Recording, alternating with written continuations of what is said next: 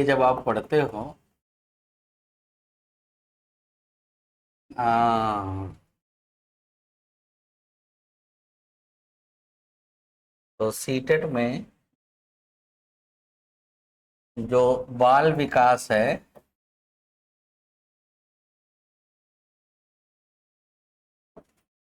और शिक्षण शास्त्र, इसको आप अंग्रेजी में चाइल्ड डेवलपमेंट एंड पेडागोजी कहते। चाइल्ड डेवलपमेंट एंड पेडागोजी की जब बात होती है तो हमने इसमें जो पहला टॉपिक लिया है वो लिया था शिक्षा मनोविज्ञान। शिक्षा मनोविज्ञान, एजुकेशन साइकोलॉजी। एजुकेशन साइकोलॉजी का मतलब होता है कि बालक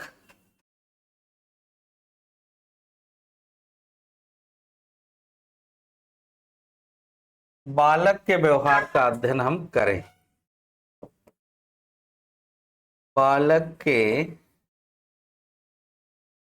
व्यवहार का अध्ययन। क्यों बालक के व्यवहार का अध्ययन? हाथी के व्यवहार का अध्ययन नहीं कर सकते क्या? घोड़े के व्यवहार का अध्ययन नहीं? क्योंकि शिक्षा की बात, एजुकेशन की बात केवल मनुष्य के साथ की जा सकती है, क्योंकि मनुष्य के अंदर क्या है? चिंतन क्षमता है, लॉजिकल थिंकिंग है, तार्किक चिंतन क्षमता पाई जाती है। इसके कारण हम ये बात कर सकते हैं। यानी बालक के व्यवहार के अध्ययन का जो विज्ञान है वो शिक्षा मनोविज्ञान है। अब इसी व्यवहार के अध्ययन में कुछ एस्पेक्ट हमें जो डिस्कस करने हैं, उसमें सबसे पहले आता है बाल विकास। अब बाल विकास जो है वो सिंपल प्रोसेस है, क्योंकि इंसान बनने की जो प्रक्रिया है वो मां के गर्भ से शुरू होती है। बाल विकास जो है वो गर्भ से कब्र तक की प्रक्रिया है, यानी गर्भावस्था और मृत्यु, डेथ, कंस्ट्रक्टिव एंड डिस्ट्रक्टिव। तो बाल विकास जो है गर्भावस्था से मृत्यु तक चलने वाली निर्माणात्मक और विनाशात्मक प्रक्रिया है। इसमें दो चीजें होती हैं, ग्रोथ और डेवलपमेंट, वृद्धि एवं विकास। वृद्धि जो एक भौतिक प्रक्रिया है, मात्रात्मक होती है और निश्चित समय तक चलती है, जबकि विकास क्या है? सतत या कंटिन्यूअस चलने वाली प्रक्रिया है, और ये मात्रात्मक और गुणात्मक दोनों होने के कारण मनोवैज्ञानिक होती है। ठीक है। इसके बाद हमने अब ये देखा कि अगर हम किसी की वृद्धि और विकास को नियंत्रित कर लें तो संपूर्ण बाल विकास हो सकता है। तो वृद्धि विकास या बाल विकास को नियंत्रित करने वाले कारकों पर जब हम चर्चा करते हैं तो हमारे सामने दो कारक आते हैं। बाल विकास को प्रभावित करने वाले कारक। तो बहुत सारे कारक हैं, लेकिन हम फोकस केवल ज्यादा दो पर करते हैं जहां से क्वेश्चन बनते हैं। आनुवांशिकता या हेरिडिटी, वातावरण या इन्वायरमेंट। हेरिडिटी का मतलब है माता पिता के जो लक्षण होते हैं, जो पिता के हैं और माता के, उनकी संतान में जाते हैं, उनकी शादी होती है उनकी संतान में। तो जो करेक्टर होते हैं, लक्षण होते हैं, वो जनरेशन टू जनरेशन कन्वे होते चले जाते हैं। यानी माता पिता का के लक्षणों का उनकी संतानों में जाना ही आनुवांशिकता कहलाता है। वातावरण, बालक के चारों ओर का जो भी परिवेश होता है, सराउंडिंग्स, कोई भी इंसान है जहां पर भी होगा उसकी सराउंडिंग्स में बहुत सारी चीजें होंगी, वही उसका इन्वायरमेंट होता है। तो वाटसन कहते हैं बालक बराबर आनुवांशिकता गुणे वातावरण। यानी बालक का जो विकास है वो आनुवांशिकता और वातावरण का क्या है? मल्टीप्लिकेशन, गुणनफल, गुणे का निशान लगा हुआ है, गुणा, प्लस माइनस भाग नहीं, गुणा। इसका और इसका गुणा अगर कर दें तो संपूर्ण बालक का विकास कहलाएगा। P बराबर H गुणे E उन्होंने कहा था। उन्होंने कहा था तुम मुझे एक बालक दे दो, जो चाहो चोर, इंजीनियर, डॉक्टर मैं बना दूंगा। तो आसान है, ये प्रक्रिया है बनाने की। फिर हम लोग और आगे चले गए और अभी जो बात करने जा रहे हैं वो आज का जो टॉपिक है वो टॉपिक है बाल विकास के सिद्धांत। बाल विकास के सिद्धांत। जब हम सिद्धांत शब्द बोलते हैं तो सिद्धांत का मतलब होता है एक बहुत बड़ी जनसंख्या के ऊपर कोई एक ऐसी चीज को लागू करना जो सबके ऊपर समान रूप से लागू होती है। बहुत सारी ऐसी बातें हैं जो दुनिया में कितने भी बच्चे हों, बालक हों, उन सब पर वो बातें लागू होंगी, यानी वही क्या कहलाएंगी, बाल विकास के सिद्धांत। लेकिन सिद्धांत हम पढ़ाएं इससे पहले हमें 3 बातें जानना जरूरी है कि मनुष्य या बालक का विकास होता कैसे है। बालक का विकास सिर्फ 3 प्रक्रियाओं पर आधारित है। वो क्या है? बालक के विकास की जो सामान्य प्रक्रिया है, बालक के विकास की प्रक्रिया, प्रोसेस ऑफ चाइल्ड डेवलपमेंट, वो 3 प्रक्रिया क्या है? पहली प्रक्रिया है मस्तकोद्मुखी, सेफेलोकाउडल,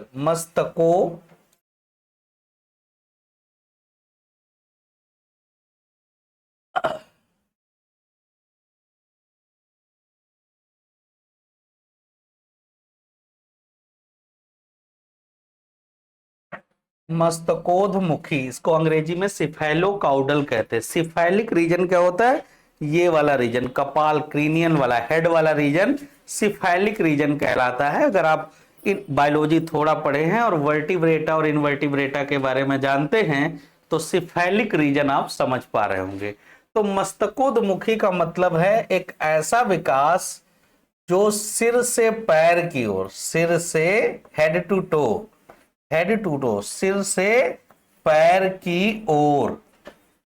अब अगर ऐसा विकास होता है तो समझो क्या हो जाएगा, मस्तकोद्मुखी। क्वेश्चन आया है कई बार कि एक बालक है जिसका सबसे पहले सिर का विकास होता है और फिर वो विकास धीरे धीरे पैरों की तरफ आगे बढ़ता है। सिंपल प्राइमरी लेवल पे आया है सवाल, head to toe development known as, तो ऑप्शन होता है सेफेलोकाउडल, सिर से पैर। क्योंकि मैंने पिछली क्लास में आप लोगों को डीपली ये बात बताई थी कि हमारे शरीर के निर्माण की प्रक्रिया क्या है कि सबसे पहले कोशिकाओं का निर्माण होता है। अब कोशिकाएं बॉडी में कई प्रकार की होती हैं, डिफरेंट टाइप ऑफ सेल। और कितनी सेल होती हैं? 10 की पावर 24 सेल। 10 के आगे 24 जीरो लगा दो तो जितना बनेगा उतनी कोशिकाएं एक शरीर के अंदर, और ये बनती बिगड़ती रहती, नई आती रहती हैं, पुरानी जाती रहती हैं। आप रोज साफ सफाई करते हो, बाल काटते हो, नाखून काटते हो, स्किन आपकी अभी गर्मी आई है सब छिल जाएगी, निकल जाएगी। रोज जब रगड़ते हो तो जो मैल निकलता है वो सब सेल होती हैं। 5 लेयर हैं ये जो स्किन है, इसमें 5 लेयर होती हैं, है? उसके ऊपर डेड सेल होती हैं कई प्रकार की, जैसे आपका हेयर है, ये डेड सेल है। हेयर को डिफाइन करना हो तो कैसे डिफाइन करें? हेयर क्या है? हाँ, तो एक प्रकार की क्या है, dead cell. Epidermal outgrowth होते हैं। इपीडर्मल आउट ग्रोथ समझते हो?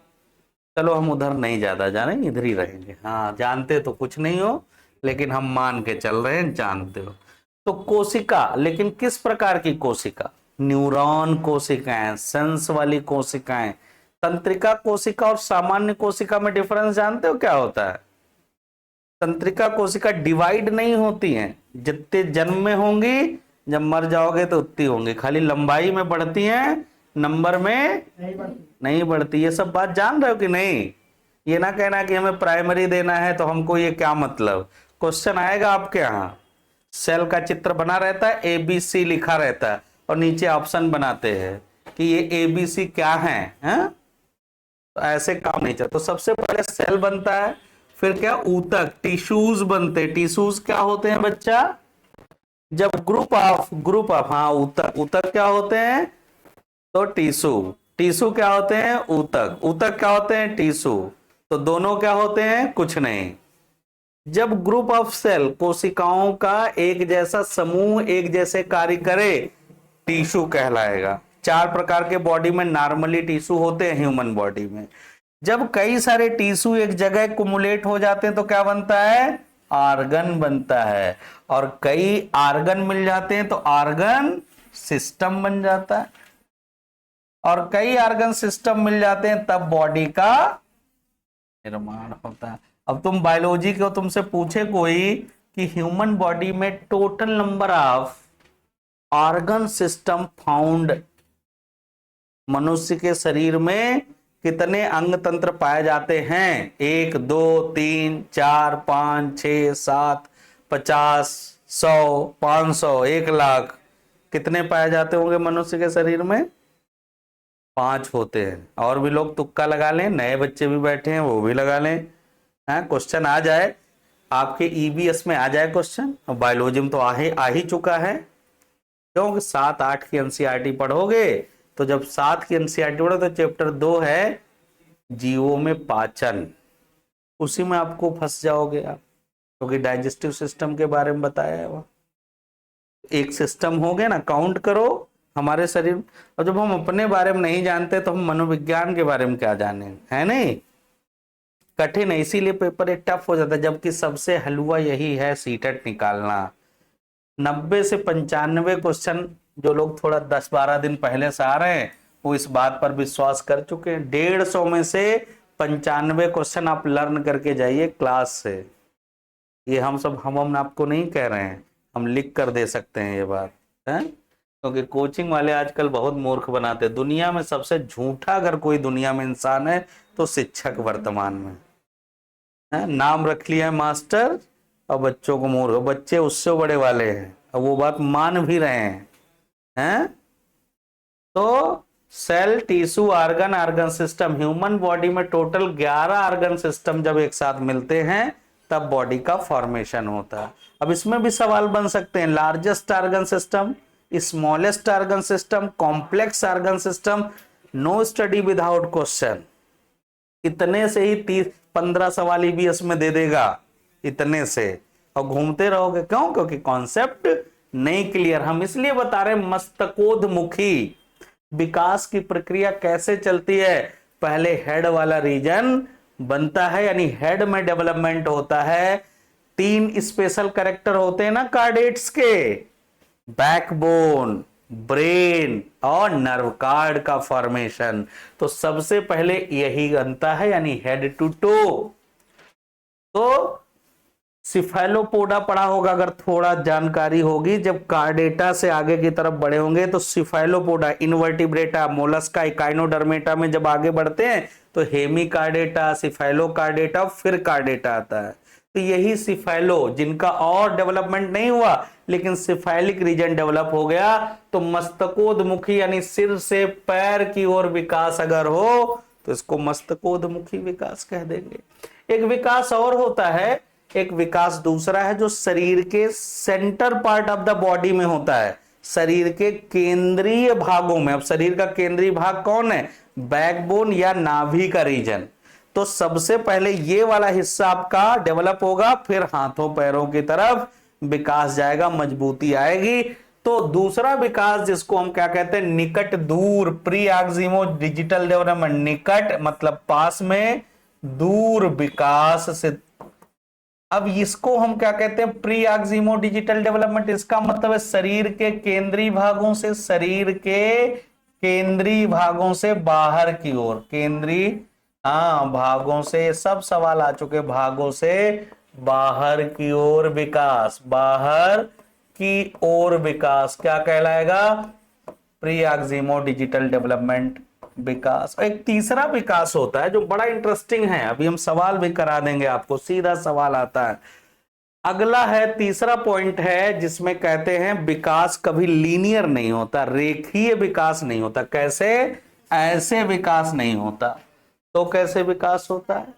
तो कहते हैं वर्तुलाकार यानी स्पाइरल, वर्तुलाकार वर्तुलाकार विकास। अब ये वर्तुलाकार विकास का मतलब होता है सरल से जटिल। अब सिंगल सेल है और 10 की पावर 24 कोशिकाओं का एक समूह है, तो कौन सा सरल होगा कौन जटिल होगा? एक कोशिका सरल है और उन्हीं कोशिकाओं का भंडारा इस कमरे में एक बच्चा बैठा हो और 1 लाख बच्चा बैठा हो। कब जटिल परिस्थिति पैदा होगी? जब ज्यादा बच्चे बैठे हैं। तो सरल से जटिल की ओर, सरल से जटिल की ओर जो विकास होता है, सरल से जटिल की ओर जो विकास होता है उसको हम क्या कह देते हैं? सिफाइलो वर्तुलाकार या स्पाइरल। ये 3 प्रक्रियाएं विकास की हैं। अब इसके बाद सिद्धांतों की बात करते हैं। जैसे मैं पहले सिद्धांत की बात करूं आपसे और कहूं बच्चा कि जो विकास है वो गर्भ से मृत्यु तक चलता ही रहता है, ये बात हमने बताई थी। तो जब जो चीज चलती रहे वो क्या है? कंटिन्यू। तो पहला सिद्धांत क्या हुआ? निरंतरता। निरंतरता का सिद्धांत।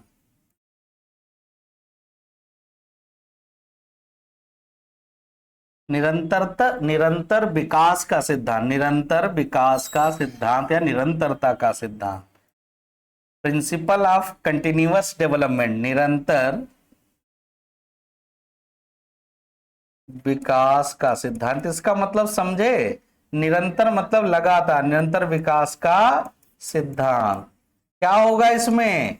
इसमें प्रक्रिया चलती ही रहेगी, रुकेगी नहीं। रुकेगी उसी दिन जिस दिन डेथ हो जाएगी, मृत्यु हो जाएगी। गर्भ से कब्र तक की प्रक्रिया ही विकास की प्रक्रिया है। अब एक दूसरा सिद्धांत है जिसमें हम कहते हैं रेट ऑफ डेवलपमेंट, विकास दर का सिद्धांत। विकास दर का सिद्धांत, रेट ऑफ। अब कोई दो बच्चा अगर हम देखें, चाहे वो जुड़वा क्यों ना पैदा हो, लेकिन rate of development, speed of development क्या एक जैसी होगी? कोई वजन, कोई हल्का, कोई माइंडेड, कोई कम माइंडेड, कोई ज्यादा इंटरेस्टिंग, कोई किस लिए कोई कम इंटरेस्टिंग चीजें। तो दूसरा है विकास रेट ऑफ डेवलपमेंट, दर।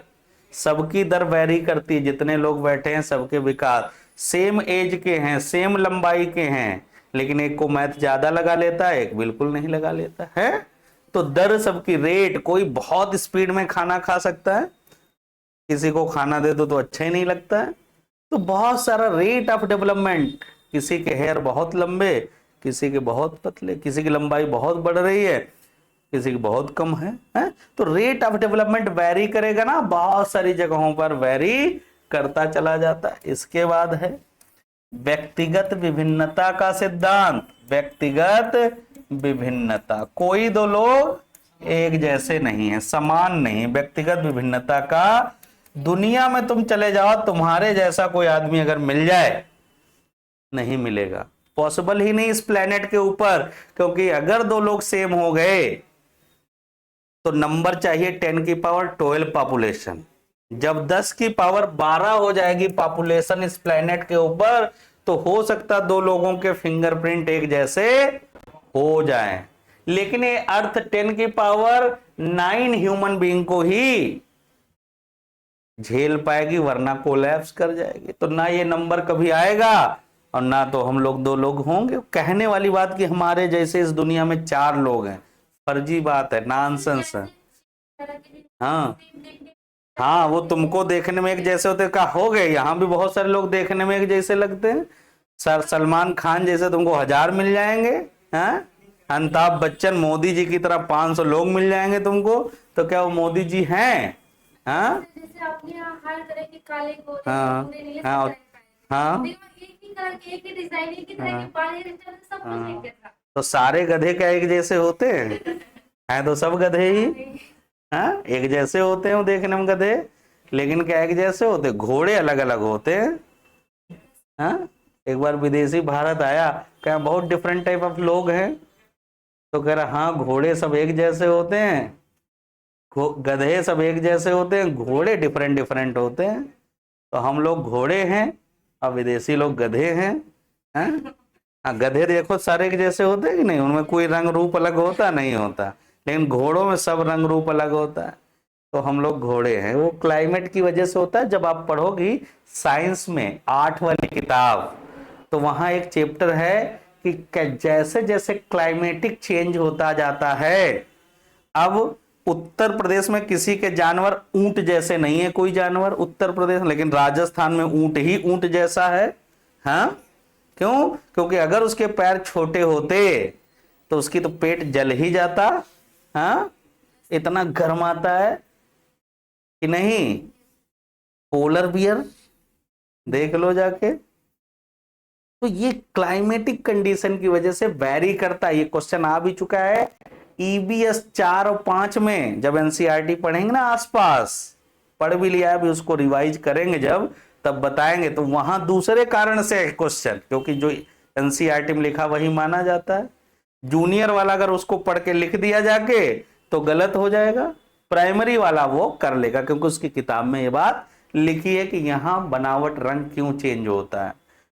एक और रीजन है हम लोगों की बॉडी में चेंज होने का, आपने देखा होगा क्रोमेटोफोर्स पाए जाते हैं। रेप्टाइल्स के कुछ एनिमल हैं, मींस लिजर्ड टाइप के, जैसे कैमलियन, गिरगिटान देखें।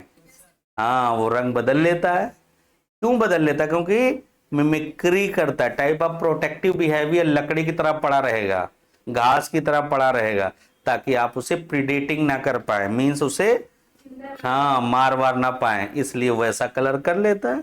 कहावत है भारत में, फ्रेजल है, फ्रेज है कि गिरगिट हो का है, रंग बदल लेते हो। तो यहां कहते हैं एक ही रंग में रहो। खैर, तो व्यक्तिगत विभिन्नता, कोई दो आदमी एक जैसे नहीं हो सकते, बात मान लो, नहीं होते हैं। हाँ, क्योंकि इसलिए व्यक्तिगत विभिन्नता का, दुनिया में कोई दो लोग एक जैसे नहीं होते।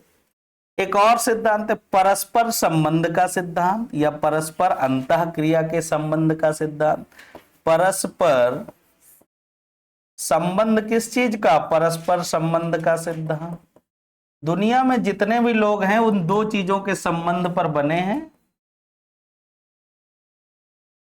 Heredity and environment. अनुवांशिकता और वातावरण का परस्पर संबंध से ही मनुष्य बनता है। विकास दिशा का सिद्धांत, विकास। 50 का होता है वो ऑप्शन वही सही रहेगा ना। 50 अब हमने तो कहीं नहीं लिखाया कि 50% ये होगा 50। अब 50% ऐसा होता तो हमारे घर में जितने पुरुष हैं सब क्या है, हमारे पापा टाइप के लोग, वो सब मास्टर हैं। तो हम चाहे चोर बने लेकिन 50% मास्टर बने रहेंगे। ऐसा हो पाता है क्या? 50% ये भाग लेता है, 50% ये भाग लेता है, तो फिर बंदर को ले आओ अपने घर। 50% बंदर, 50% इंसान है। इन्वायरमेंट का 50 कितना कितना भाग लेता है ये कोई नहीं जानता, लेकिन दोनों का गुणनफल क्या करता है? कंप्लीट डेवलपमेंट के रिस्पॉन्सिबल है। अब कितना इन्वायरमेंट लेता, कितना हेरिडिटी लेती, ये कोई नहीं जानता। ये जान जाए तो मामला ही ना बदल जाए, है नहीं। हम पहले से निर्धारित कर दें, हम उसी लड़के के स्पर्म लेंगे जो साइंटिस्ट है। हैं? 50% तो बच्चा जो चाहे लड़का पैदा हो चाहे लड़की, साइंटिस्ट की तो हो जाएगी। हैं? जब हेरिडिटी 50, तो अगर ऐसा होगा 50%, ये हम क्वेश्चन करा चुके हैं, तुम लोग फंस भी चुके हो एक बार, लेकिन अकल ठीक कहां होगी। हाँ, ये 2013 प्राइमरी में सेंट्रल टीटी में क्वेश्चन आ चुका है, ये 2013 में करा देंगे, अभी फिर से करा देंगे। हाँ, ये हम लोग नेटवर्क यूजीसी नेट में आते हैं, लोग पीएचडी करके आते हैं। तो रिसर्च मेथोडोलॉजी में एक आध क्वेश्चन ठूस दिया जाता है उनको ढीला करने के लिए, क्योंकि भाई पीएचडी करके आदमी तो ईगो में रहता है ना। हाँ, कि सर हम तो सब तैयार है, बस जेआरएफ के लिए आए हैं, थोड़ा 2 नंबर कम हो जाता है। तो पहले दिन डेमो दिया जाता है ना कि हम सर डेमो ले लें, तो सबसे सरल सवाल देते कि सीटेट में आया था, साइकोलॉजी का सवाल है, जरा इसको सॉल्व करो, कॉन्सेप्ट पता चले तुम्हारा जेआरएफ वाला है कि नहीं है। और लड़ जाते हैं कि सर 50% वाला ही सही है, समझ लो भाई है कि नहीं है। हाँ, अब फिर वो फंस जाते हैं, बस फिर कहते हैं हम दाखिला ले लेंगे, और जिस दिन ले लेते हैं फिर तो जानते हो हम लोग क्या करते हैं। हाँ, तो यही चलता है। फिर विकास दिशा का सिद्धांत, विकास दिशा का सिद्धांत। अब दिशा में जब हम बात करते हैं तो यहां तीन दिशाएं ये हो गई। एक बात, कभी भी विकास जो है वो लीनियर नहीं होगा, कभी भी वो हमेशा क्या होता है कि केंद्रीय भागों से बाहर की ओर होगा और सिफाइलोकाउडल होगा।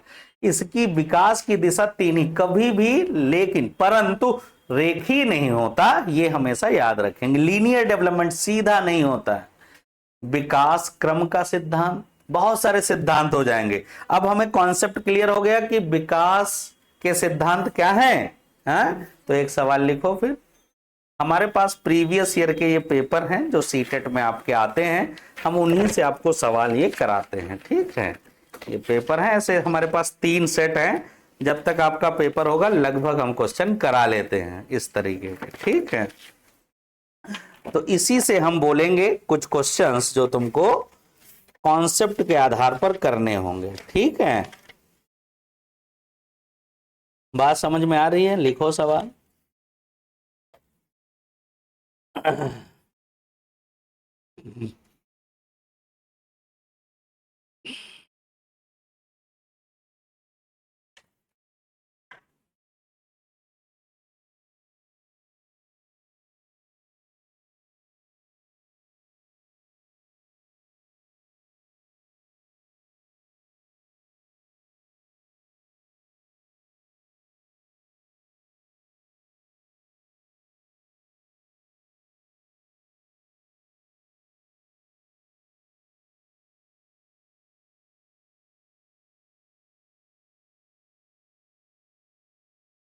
लिखो, मानव वृद्धि एवं विकास की समझ, ये थोड़ा डिफरेंट हो गया, लिख लो, बोल दिया है तो।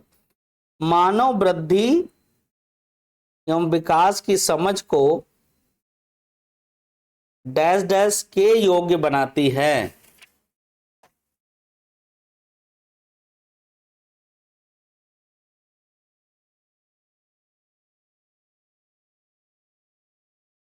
मानव वृद्धि एवं विकास की समझ शिक्षक को डैश डैश के योग्य बनाती है। नंबर 1, शिक्षण के समय विद्यार्थियों के संवेगों पर, शिक्षण के समय विद्यार्थियों के संवेगों पर नियंत्रण बनाए रखने। शिक्षण के समय विद्यार्थियों के संवेगों पर नियंत्रण बनाए रखने।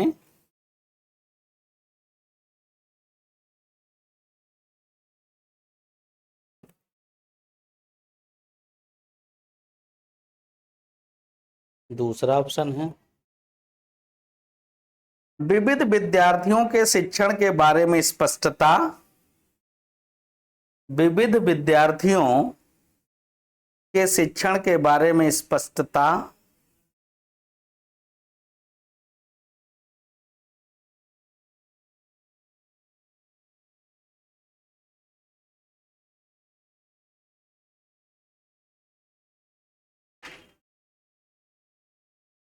तीसरा, विद्यार्थियों को यह बताने की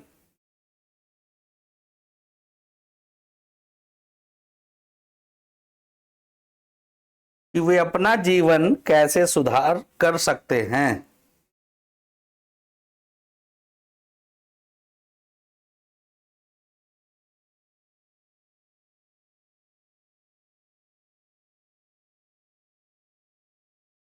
विद्यार्थियों को यह बताने कि वे अपने जीवन में कैसे सुधार कर सकते हैं ना। फोर्थ ऑप्शन है निष्पक्ष रूप से अपने शिक्षण अभ्यास। दूसरा सवाल लिखो, निष्पक्ष रूप से अपने शिक्षण अभ्यास।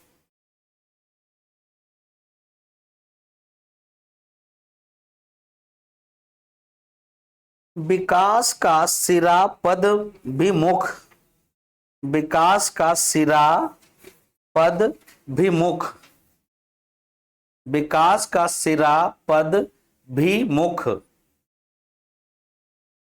दिशा, सिद्धांत, विकास का सिरा, पद विमुख। दिशा, सिद्धांत, व्याख्या करता है कि, व्याख्या करता है कि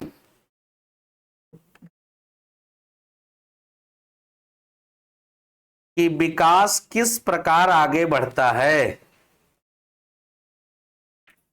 कि विकास किस प्रकार आगे बढ़ता है।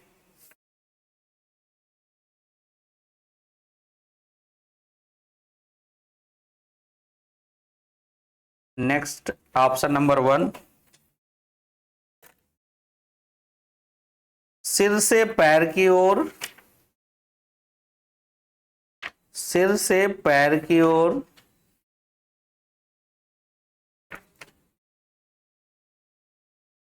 सेकंड ऑप्शन है ग्रामीण से शहरी क्षेत्रों की ओर।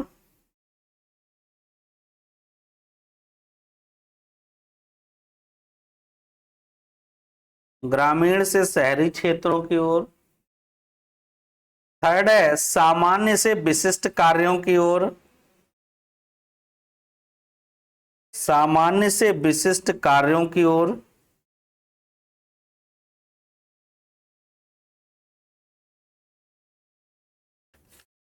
और चौथा है भिन्न से एकीकृत कार्यों की ओर। भिन्न से एकीकृत कार्यों की ओर।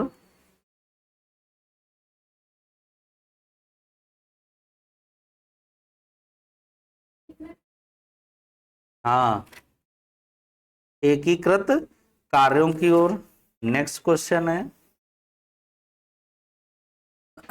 विकास के लिए निम्नलिखित में से कौन सा एक कारक उचित है। क्वेश्चन है विकास के लिए निम्नलिखित में से कौन सा एक उचित है।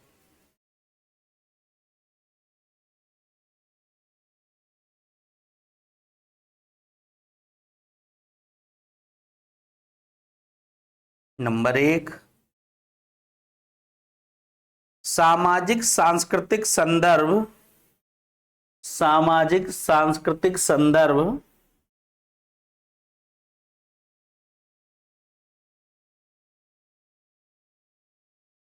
विकास में एक महत्वपूर्ण भूमिका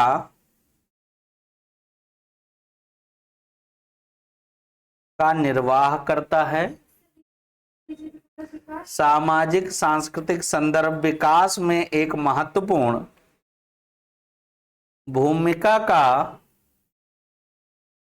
निर्वाह करता है।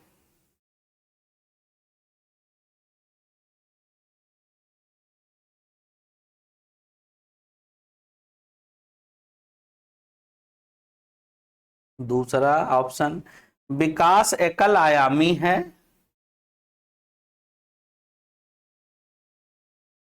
विकास एकल आयामी है। तीसरा विकास पृथक है। विकास पृथक है।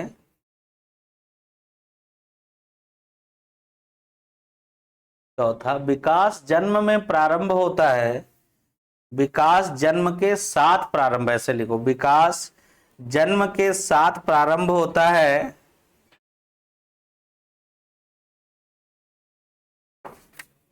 और समाप्त हो जाता है।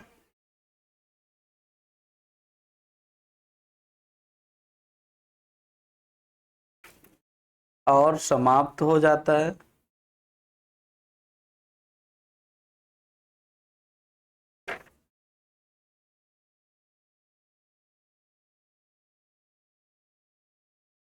नेक्स्ट क्वेश्चन लिखो निम्नलिखित में से कौन सा विकास का सिद्धांत है। निम्नलिखित में से कौन सा विकास का सिद्धांत है। देखो एक एक टॉपिक से भर भर के सवाल है। जो लोग नहीं पढ़ते हैं वो ऐसे घूमते रहते हैं कि सीटेट में तो भैया कुछ पढ़ा लिखा आता ही नहीं है। हाँ? जितने मैम के लायक हैं उतने बच्चे क्वालिफाई हो जाएं, हाँ, तब हम उनको बड़ा मैम मान लें।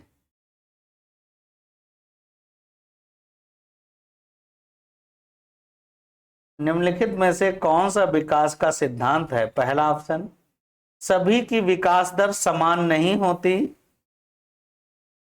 सभी की विकास दर समान नहीं होती।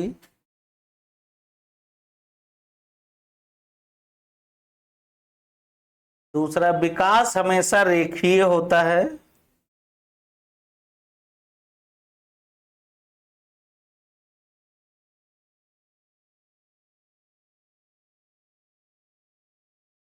थर्ड है,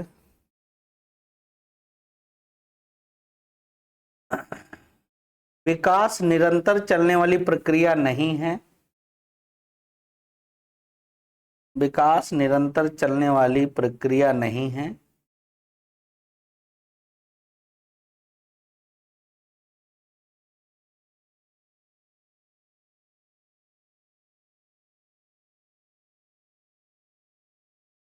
और लास्ट है, विकास की सभी प्रक्रियाएं अंतः संबंधित नहीं हैं।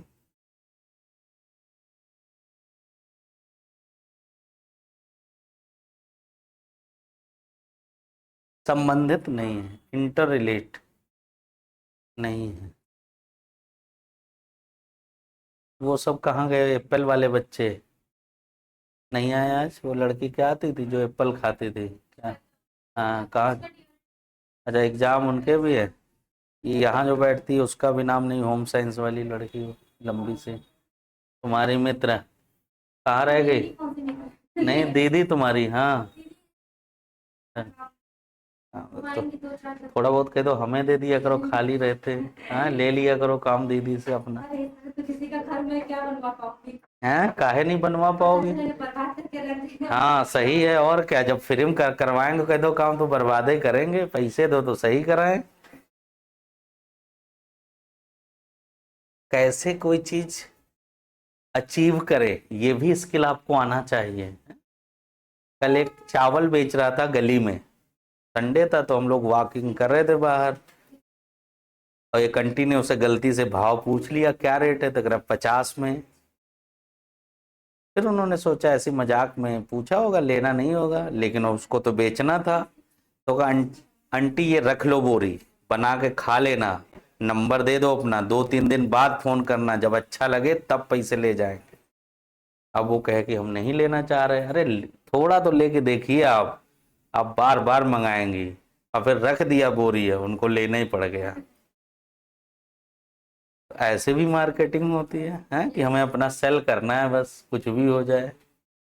एक और सवाल लिख लो, मानव विकास को क्षेत्रों में विभाजित किया जाता है जो है, मानव विकास को क्षेत्रों में विभाजित किया जाता है जो है, मानव विकास को क्षेत्रों में विभाजित किया जाता जो है। पहला ऑप्शन,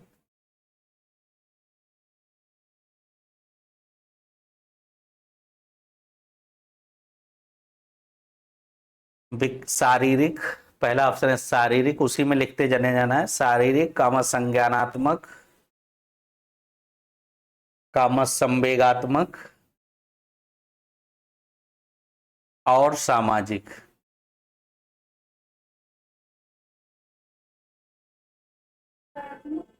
और सामाजिक, और सामाजिक।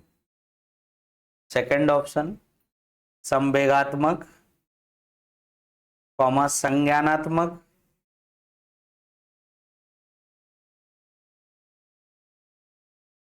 आध्यात्मिक। अब वो वाली भी दीदी नहीं अब आ रही है ना, ओल्ड ब्यूटीफुल करके जो टी शर्ट पहनती थी ना, नाम मैं भूल गया। हाँ, कांचा जी। वो तो गई कहाँ गई? अपने घर। अच्छा, ये अब नहीं आएंगी? नहीं, पूरा जून अब उनके अच्छा अच्छा अच्छा, छुट्टियाँ रहती। हाँ, जून के बाद आएंगी। बड़ा पता रहता है बता के गई होंगी ना, वैसे थोड़ी पता रहता। मैंने भी किसी बार मैसेज किया था कि शब्द वगैरह सही है। हाँ, हाँ बेटा सही, बेटा बोल देती तो बेटी अरे वाह। संवेगात्मक, संज्ञानात्मक, आध्यात्मिक और सामाजिक मनोवैज्ञानिक। उनका नेचर बढ़िया, हेल्पफुल नेचर। होने चाहिए। मनुष्य होने के नाते हमें इतना ज्ञान होना चाहिए। सामाजिक मनोवैज्ञानिक। थर्ड है मनोवैज्ञानिक,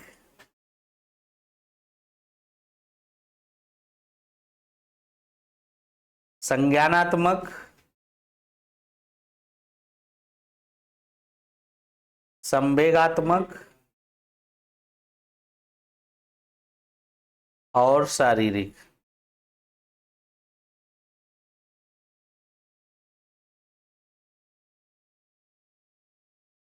लास्ट है शारीरिक,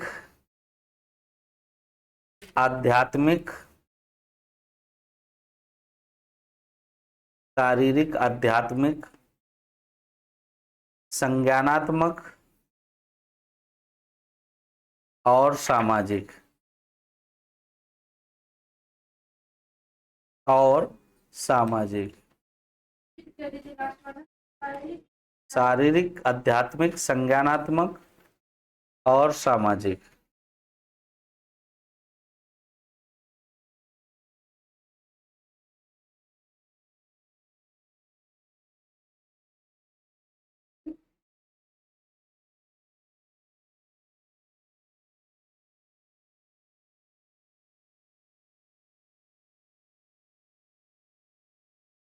चलो इतने न करो, हैं तो बहुत और सवाल भरे पड़े लगातार, बाकी आपको घर में अपने करने हैं? हम कहाँ तक करवाएंगे? विकास जन्म के साथ प्रारंभ होता है और मृत्यु में हाँ, समाप्त होता है। पहला 1-2 मिनट आपके पास है, आप कर लो, कोई बात नहीं करेगा, फिर हम एक एक करके समझाएंगे। अपना अपना टिक करना, गलत सही हो सकता है, इसमें कोई लोड लेने की जरूरत है नहीं आपको। बहुत बेसिक चीजें हैं, आंसर सब आपके सामने लिखे हुए हैं, हमने किताब रख दी है आपको।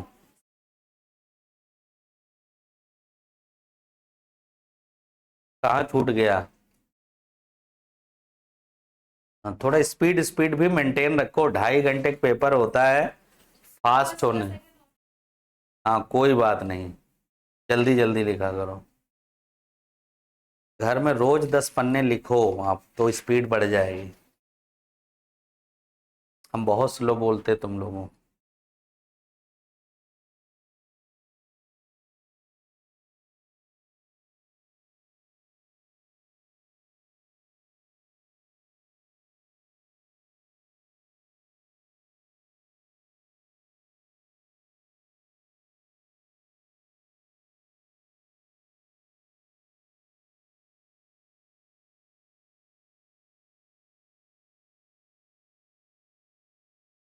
हाँ बच्चा, संवेग। संवेग का मतलब जैसे तुम्हें कभी गुस्सा आता है, कभी तुम खुश हो जाती हो, तो ये दोनों क्या है? पॉजिटिव संवेग, एक नेगेटिव संवेग। थॉट अलग है, संवेग अलग है, इमोशंस।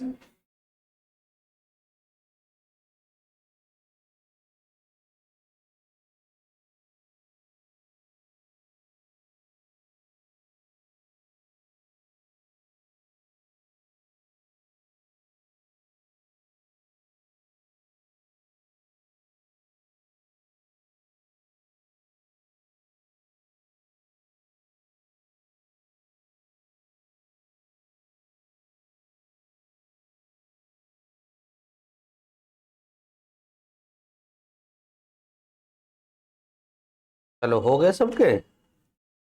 लाओ पहला सवाल कराते हैं, लाओ कॉपी लाओ अपनी, लाओ बेटा कॉपी, पेन दे दो। क्वेश्चन हम एक एक पढ़ेंगे और समझाएंगे, जहां जरा सा भी तुम्हें दिक्कत हो कि सर ये कैसे हो गया, आप फ्रैंकली बोलोगे, हैं? जब तक समझ नहीं आएगा तब तक हम आपसे बातचीत करेंगे। पहला सवाल है कि क्वेश्चन पूछा गया है कि बालक के विकास, यही वाला था ना पहला? विकास कहां पर से लिखा बेटा? हाँ, मानव वृद्धि एवं विकास की समझ को डैश डैश योग्य बनाती है।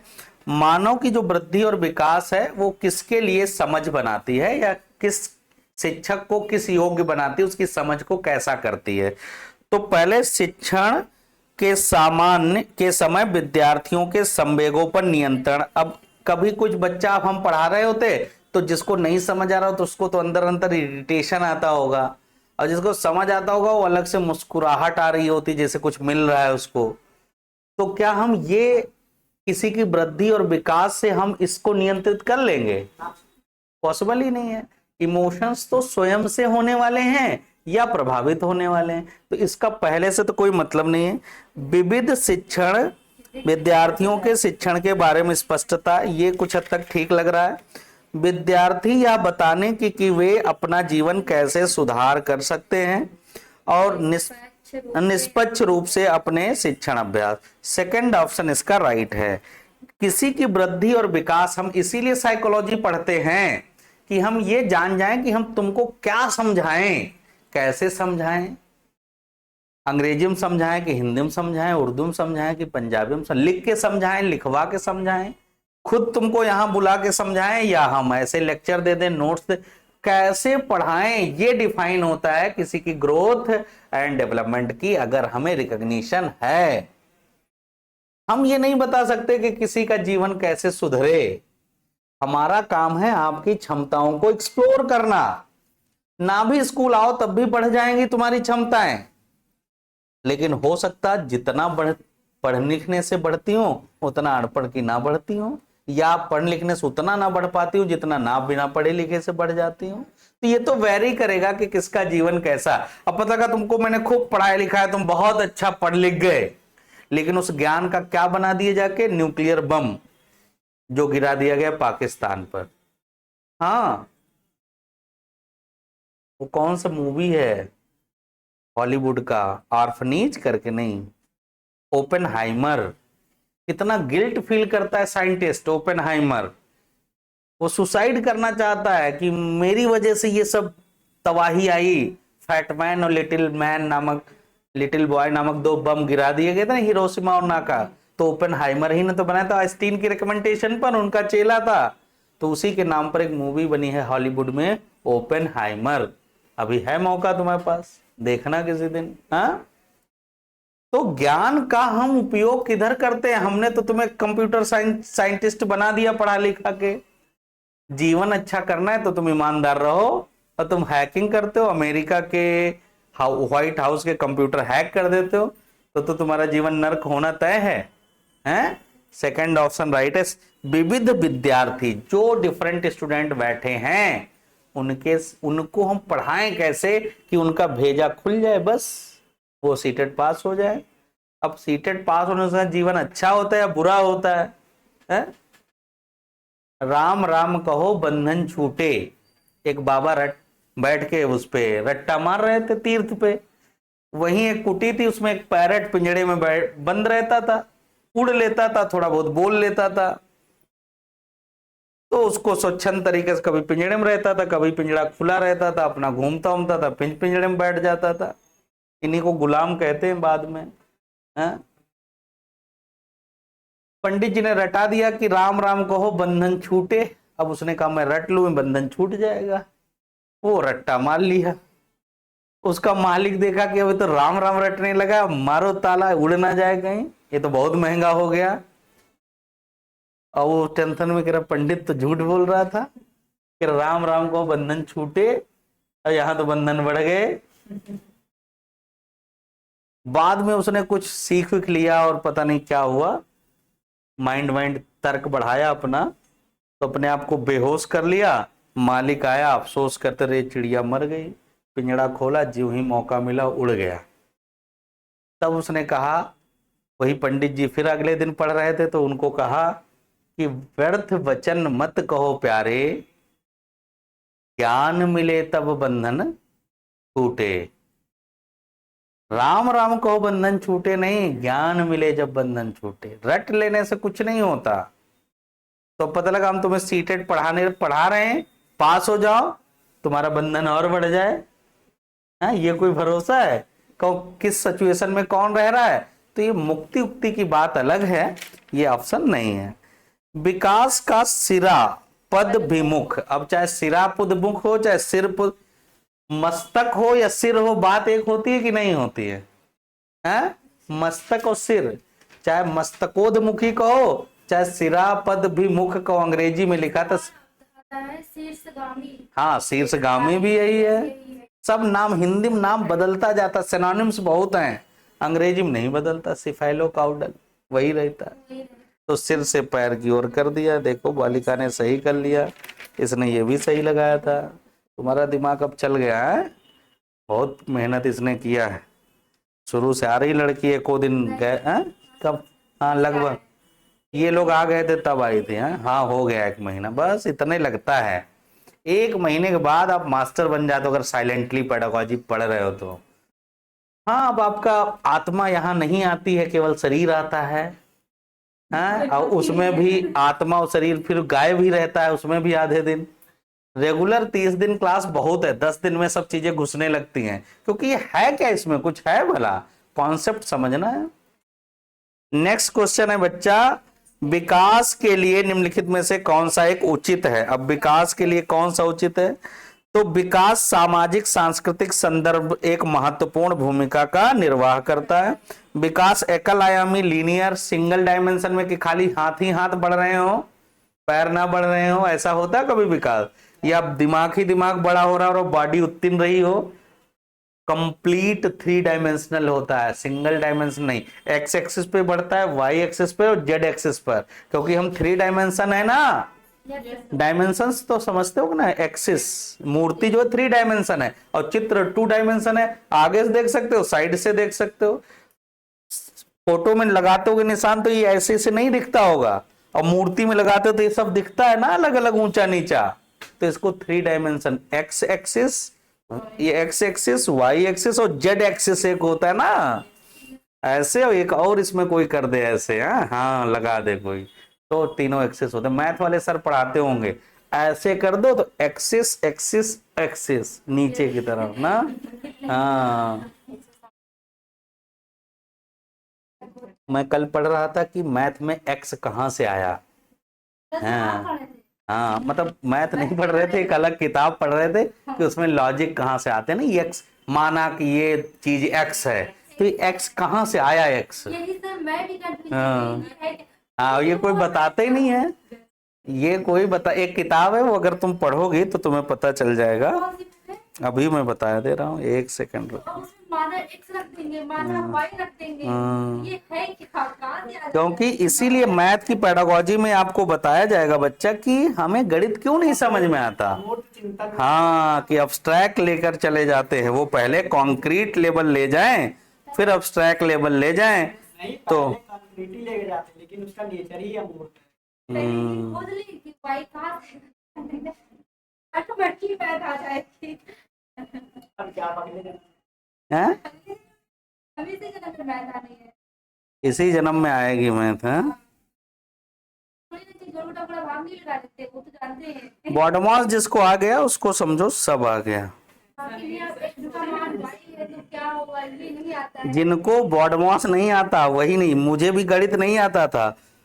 अब फिर एक टीचर ने हमें पकड़ा, होशियार टीचर प्रिंसिपल थे, कहा पहले तो जोड़ना घटाना सीखो। सच में जिस दिन सिखाया थोड़ा थोड़ा आने लग गया, लेकिन हम पढ़ते वढ़ते नहीं है तो मैथ हमें कम आता है। इसलिए हम मैथ के बारे में अलग से पढ़ते कि ये बनी मैथ कैसे है, पहले हम उसके स्ट्रक्चर को जान जाएं तो हम जान जाएंगे क्या है। इसलिए हम रीडिंग, और हम अपने जीवन में सीखेंगे जरूर गणित, चाहे कुछ हो जाए, और खुद से सीखेंगे, मास्टर के पास भी नहीं जाएंगे। हैं तो इसलिए आपको ये सब थोड़ी थोड़ी चीजें आनी चाहिए।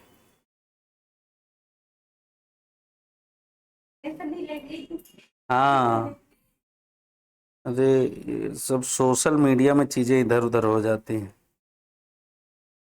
हमारा एक ग्रुप है, उसमें बहुत इंटेलेक्चुअल्स जुड़े, कई प्रोफेसर्स जुड़े हुए हैं, तो वो सब बड़ी काम की चीजें हम लोगों को सोर्स बता देते हैं, फिर हम लोग निकाल के किताब पढ़ते हैं उसको। हाँ वो अब ऐसे है करके कुछ, बस आ जाएगा 2 मिनट। स्टोर बता दिया था, ये मैं जाऊंगी किसी दिन दिल्ली से, ढेर सारी बुकें उठा लाऊं। अभी बुक फेयर होगा वहाँ, हाँ, वही। पिछली बार फरवरी में मैं गया था, सब पैसा खर्च हो गया करीब, हाँ 1.25 लाख रुपए किताब। खैर हम लोगों का तो स्कॉलरशिप में ऐड हो जाता है तो लोड कम पड़ता है, नॉर्मल बच्चों के लिए तो बहुत बर्डन हो जाए।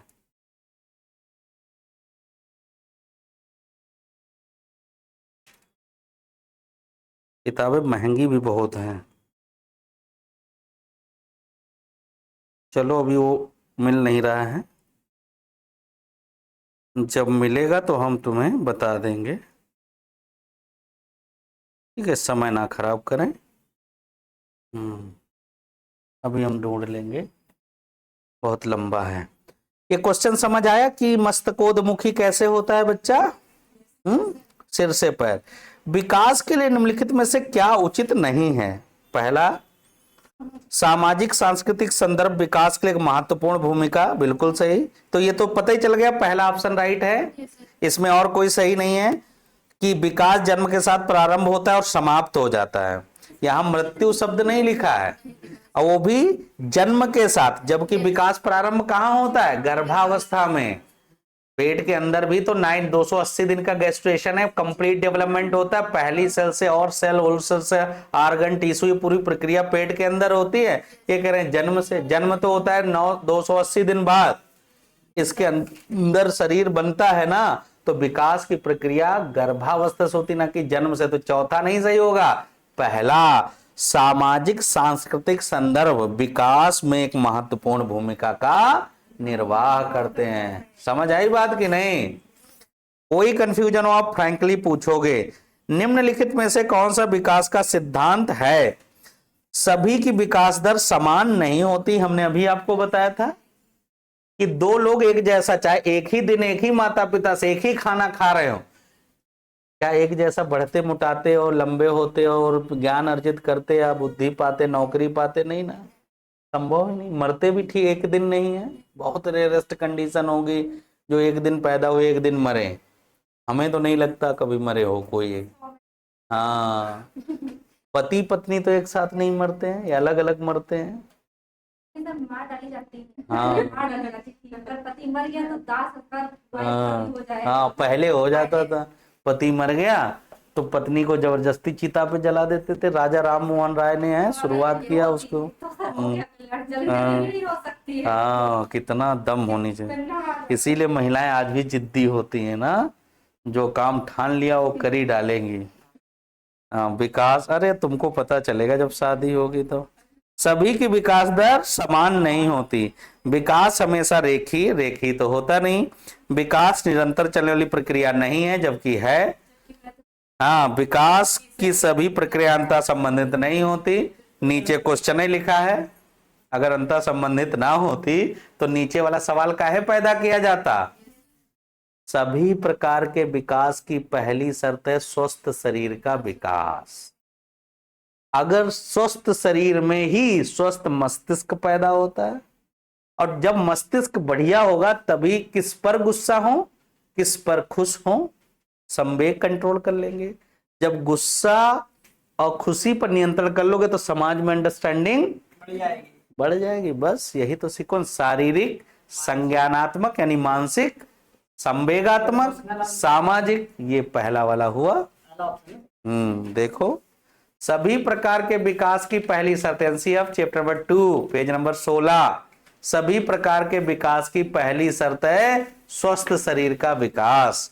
उसके लिए उचित पोषण और व्यायाम। आप लोग ये रट के आए हो कि आपको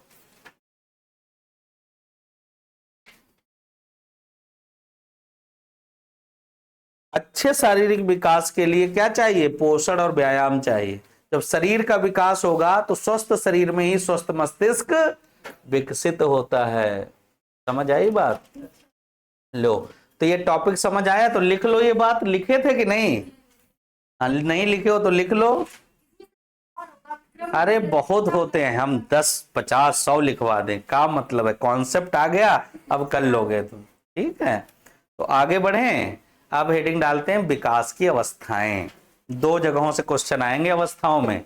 एक तो आता है बचपन बाल्यावस्था से, और किशोरावस्था से क्वेश्चन आता है। विकास की अवस्थाएं बहुत इंपॉर्टेंट है बच्चों।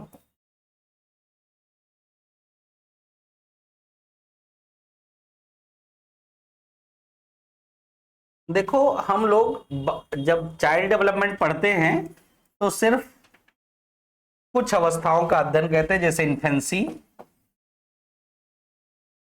शैशव अवस्था,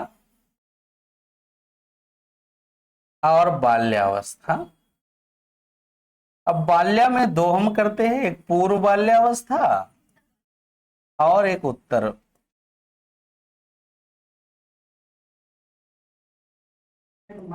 अरे नहीं, परेशान हो। हाँ आएगा, आया है। हम कहाँ कह रहे, अभी बता देंगे। हाँ हाँ, क्योंकि कॉन्सेप्ट नहीं होगा तो नहीं समझ में।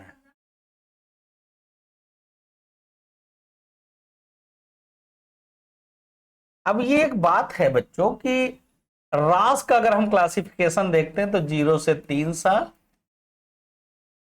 3 से 6। अब वो दो भी आप लिख सकते हो, कोई प्रॉब्लम नहीं है, लेकिन वो फिर रास के अकॉर्डिंग नहीं होगा, ये वेरी करता है।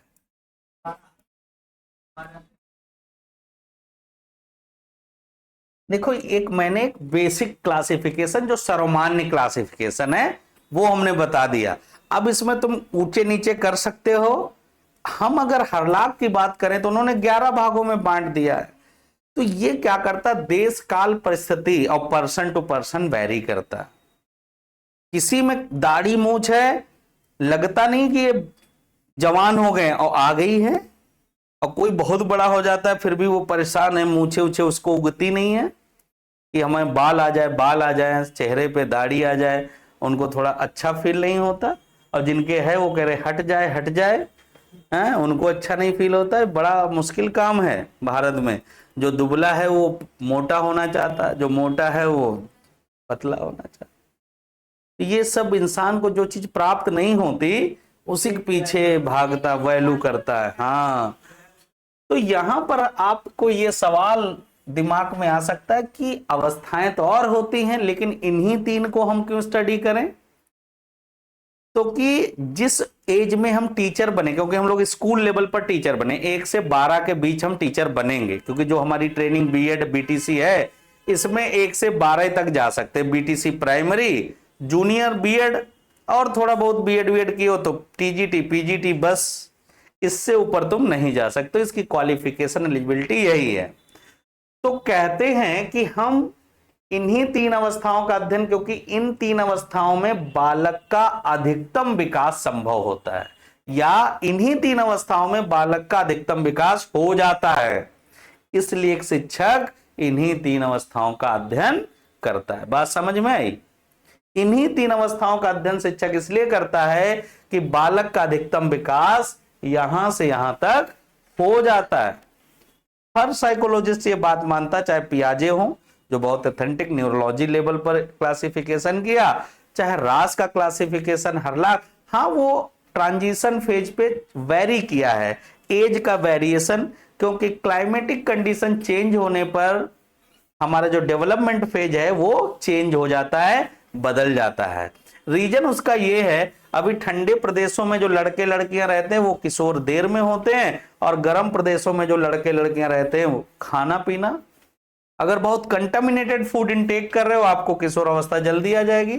आजकल हम लोग बाड़े का दूध पीते हैं, बाड़े में वो जो दूध वाला होता है मिल्कमैन, वो गाय को या भैंस को इंजेक्शन ऑक्सीटोसिन का देता है।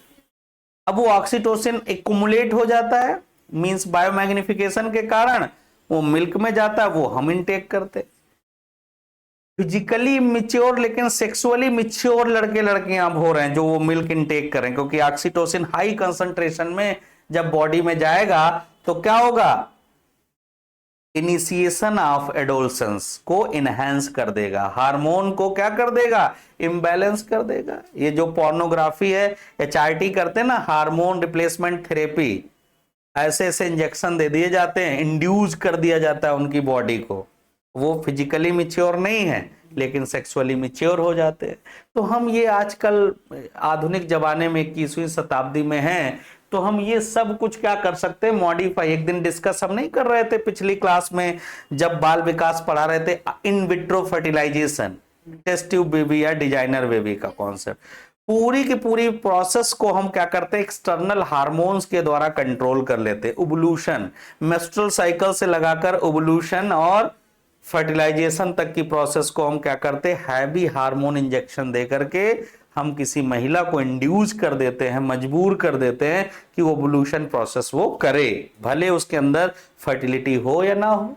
तो बहुत कॉस्टली इसीलिए प्रोसेस होती है, क्योंकि वो एंटीवायरल ग्लाइकोप्रोटीन होते हैं ना, एंजाइम्स, तो वो आरडीटी रिकॉम्बिनेट डीएनए टेक्नोलॉजी, तो उसमें बहुत महंगी महंगी मशीनें लगानी पड़ती हैं वो सब इंजेक्शन बनाने के लिए, हार्मोन बनाने के लिए।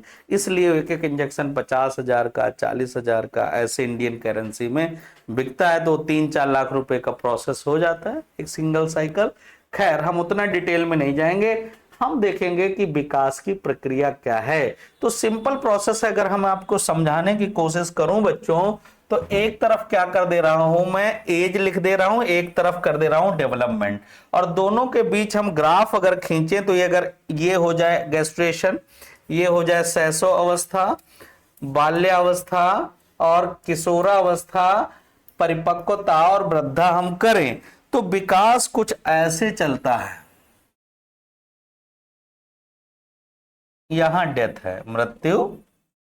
आपको अगर ग्राफ दिया जाए तो देखने को मिलता है कि मैक्सिमम डेवलपमेंट जो है वो एडोलसेंस में होता है। टेट लेवल पर सवाल आते हैं, हाँ, टेट लेवल पर जो सवाल आते हैं वो यहां पर आते हैं। क्वेश्चन आ जाता है कि अधिकतम बुद्धि का विकास, तेज नहीं, अधिकतम, मैक्सिमम। अब आदमी सोचता है कि अधिकतम ऑप्शन होता है परिपक्व अवस्था, एडल्टहुड, जबकि है क्या, एडोलसेंस। कॉन्सेप्ट नहीं क्लियर है, ग्राफ नहीं समझा है तो फंस जाता है आदमी। सभी प्रकार का विकास, ये पियाजे भी कहते हैं, सब कहते हैं, अधिकतम कहां हो जाता है तो किशोरावस्था में। इसके बाद उसमें परिपक्वता मेंटेन होती है, ना कि विकास की प्रक्रिया। डिक्लाइन होता है, स्टेबल होता है, रुक रुक कर चलता है, रुक जाता है, डिग्रेडेशन ज्यादा होता है।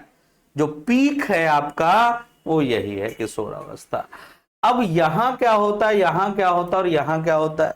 सेंट्रल टीटी में कई सारे सवाल यहां से और यहां से आपको पूछे गए, इंपॉर्टेंट है, थोड़ा अजीबोगरीब तरीके से पूछ लिए जाते हैं। कई बार क्वेश्चन आता है कि मध्य बाल्या या मध्य बचपन की अवस्था किसे कहते हैं। अब मध्य बचपन कहां होगा, किशोरावस्था के पहले और शैशवा के बाद। आप चैप्टर नंबर 2 में पेज नंबर 15 पर पढ़ोगे तो लिखा है बचपन निरंतर बदलाव और विकास की अवस्था है। रास कहते हैं बाल्यावस्था जो है स्यूडो मैच्योरिटी पीरियड है, यानी मिथ्या परिपक्वता काल है। बाल्यावस्था जो है मिथ्या है नहीं परिपक्वता, इसीलिए इसे डर्टी एज कहते हैं। कई बार आपने सुना होगा किस अवस्था को गंदी अवस्था कहते हैं।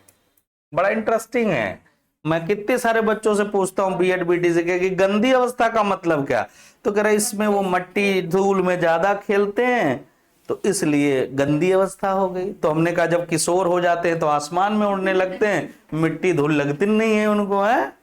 अब बच्चे फिर हंसने लगते हैं, क्या ही करें। कह रहे हमारे सर ने यही बताया है, बीटीसी वाले बीएड वाले सर ने बताया कि गंदी अवस्था का मतलब है कि धूल मिट्टी। गंदी की अवस्था अंगूठा चूसना, काटना, गाली देना, कुछ भी मुंह में डालना, इस तरीके की जो हरकतें हैं वो करते हैं, इसलिए इसको डर्टी स्टेज कहा जाता है।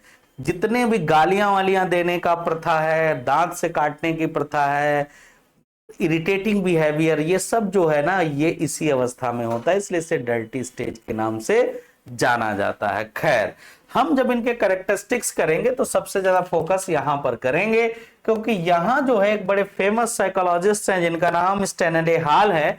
वो किशोरावस्था को डिस्कवर करते, अमेरिकन साइंटिस्ट हैं, डिस्कवर करते हुए कहते हैं कि किशोरावस्था तूफान, तनाव और दबाव की अवस्था है। हाँ? ये बड़ा टफ है किशोरावस्था, हम आपको समझाएंगे। इंसान इसमें 3 कैरेक्टर बहुत ज्यादा उसके अंदर, अहम की भावना बहुत, ईगो, सेल्फ रिस्पेक्ट, हाँ, मतलब जानता पड़ोसी भी नहीं है लेकिन फोन विधायक को करेंगे। सेल्फ, अहम के, रिक्शा वाला बस कह भर दिया है कि हमें तुम थोड़ा उस तरीके से पैसा दो, तो अगर हम तुम्हें चोरी करके थोड़ी लेके जाएंगे। और उसी में बात बढ़ गई, गए थे एडमिशन लेने और कर दिए लड़ाई, जेल चले गए। बड़ा खतरनाक है। आत्मसम्मान की भावना इनके अंदर, तुमने मुझे कुछ कहा होता ठीक है, तुमने मेरे दोस्त को क्यों बोल दिया। ये इज्जत की बात है, भले दोस्त उनको दोस्त माने ना माने, इससे मतलब नहीं है। और तीसरा जो सबसे बड़ी खतरनाक बात है वो है अपोजिट सेक्स अट्रैक्शन। ये तो बहुत ही डेंजरस है, क्योंकि हार्मोनल चेंज हो रहा होता है ना। कहते किशोर अवस्था में हृदय दूनी गति से धड़कने, हृदय धड़क रहा है लेकिन उनके ख्वाब अजीब तरीके के हो जाते हैं। निकलेंगे घर से कहीं कोचिंग जाने के लिए, अब वो झील के किनारे बैठे हैं दोनों, कंकड़ फेंक रहे हैं। हाँ फेंक, वही कंकड़ बाद में दाल में निकलते हैं जो फेंके गए थे झील में। हाँ ये बहुत डेंजरस है। तब डिवोर्स होता है, मारपीट होती है, लड़ाई झगड़ा होता है। तो ये बड़ा टफ है, क्योंकि यहाँ ज्ञान की कमी की वजह से जो प्रेम प्रकट होता है, न्यूटन कहते हैं उस पर गुरुत्वाकर्षण का नियम लागू ही नहीं होता। हाँ बहुत नियंत्रण के बाहर हो जाता है। सबसे ज्यादा गाइडेंस एंड काउंसलिंग की जरूरत होती है यहाँ पर, बहुत ज्यादा। अगर ठीक गाइडेंस काउंसलिंग, पोटेंशियल बहुत होता है यहाँ, कुछ करने की क्षमता होती है। आप कुछ भी कर सकते हो। तुमसे को कहते 15 दिन नहीं सो, तुम नहीं सोओगे। 8 दिन खाना ना खाओ, ना खाओ। अब आदमी हम लोगों के एज में गुस्सा लड़ाई झगड़ा हो जाएगा, एक घंटे 2 घंटे नहीं खाएगा, फिर भले कहा हो कि हम कसम खा के करे खाना नहीं खाएंगे, लेकिन खा लेगा, क्योंकि वो झेल ही नहीं सकता भैया भूखा वो। अब इस एज में वो कहो 5 दिन ना खाना खाए, लड़ाई किससे हुई? मम्मी ने 5 रुपए नहीं दिए हैं इसलिए।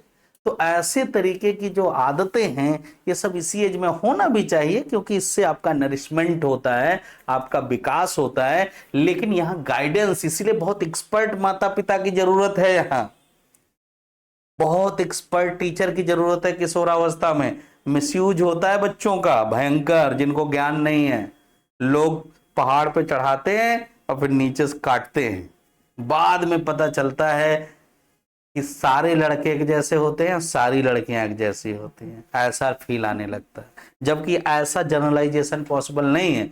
तुम्हारे साथ एक चीज गलत हुई है, 2 चीज गलत है, इसका मतलब सारी दुनिया अंदर। हाँ तो ये, हाँ हाँ तो एक आदमी शराब पीता है तो सारी दुनिया शराब पीती है।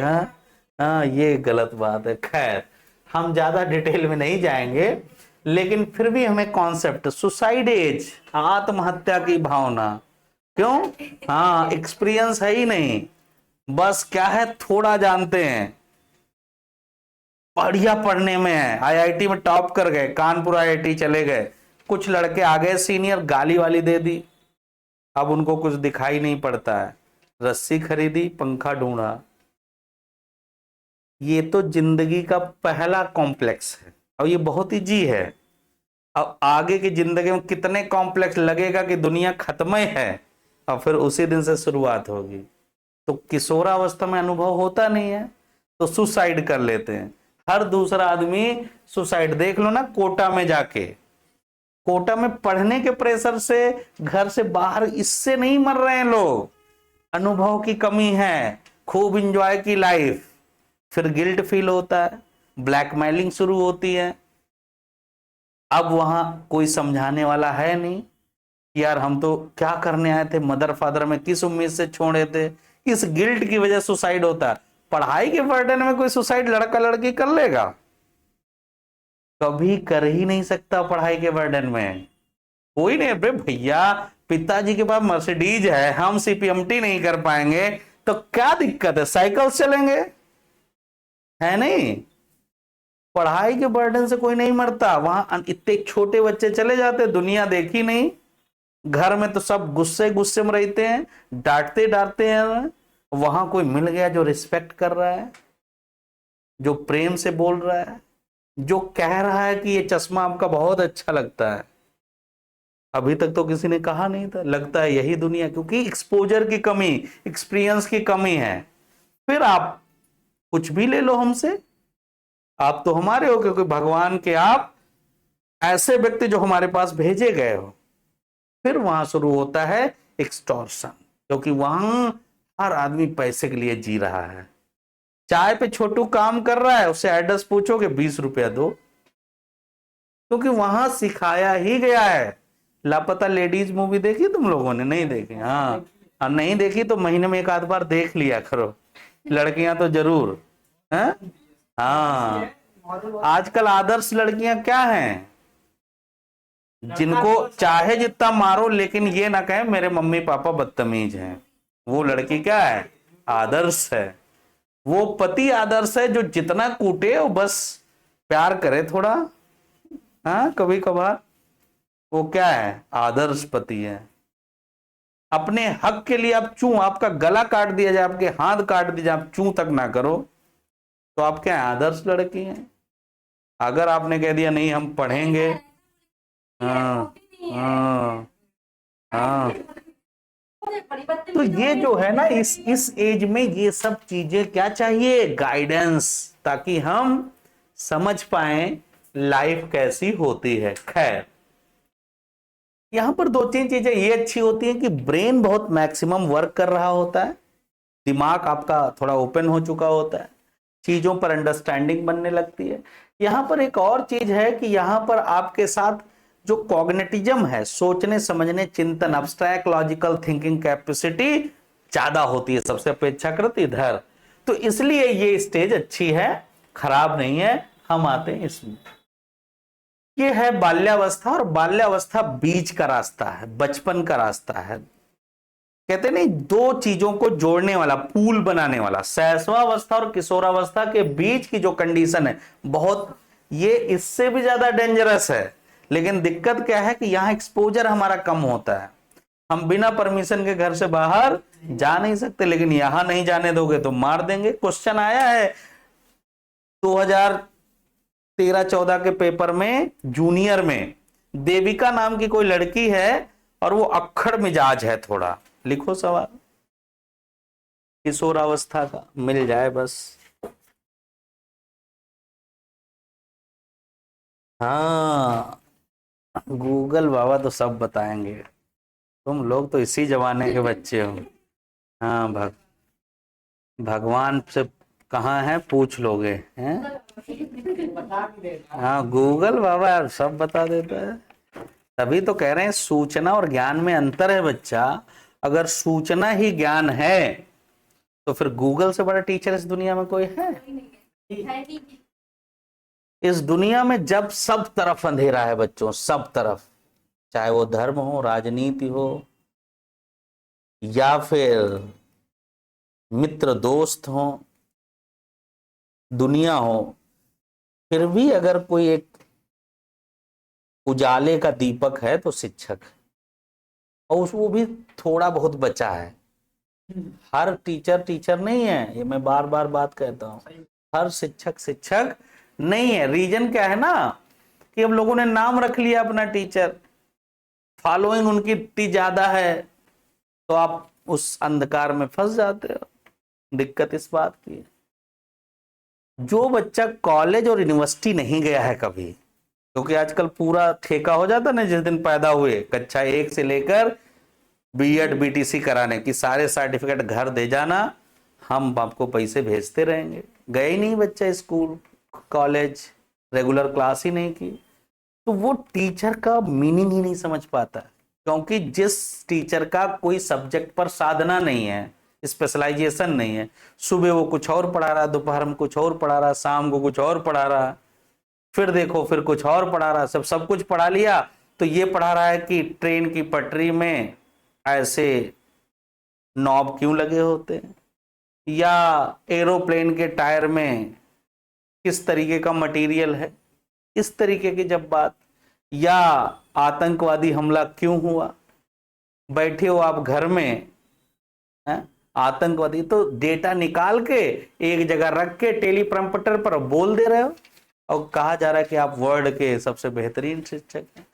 आप अभी भी देखो, जो बड़ी बड़ी मैगजीन्स हैं, बड़े बड़े बुक्स हैं, वो 30 सेकंड या आधा पन्ना का कभी नहीं छपता। जो अच्छी किताबें वो बहुत मोटी होती हैं। वो इस डर से नहीं छप रहे कि बच्चे पढ़ेंगे नहीं, लोग देखेंगे नहीं। टीचर लोग तो इस समय वीडियो छोटा बना रहे हैं ताकि बच्चे ऐसा ना बोर ना हो जाए। तो तुम ऑडियंस के अकॉर्डिंग नॉलेज को लेके जाओगे, सिस्टम खत्म हो जाएगा।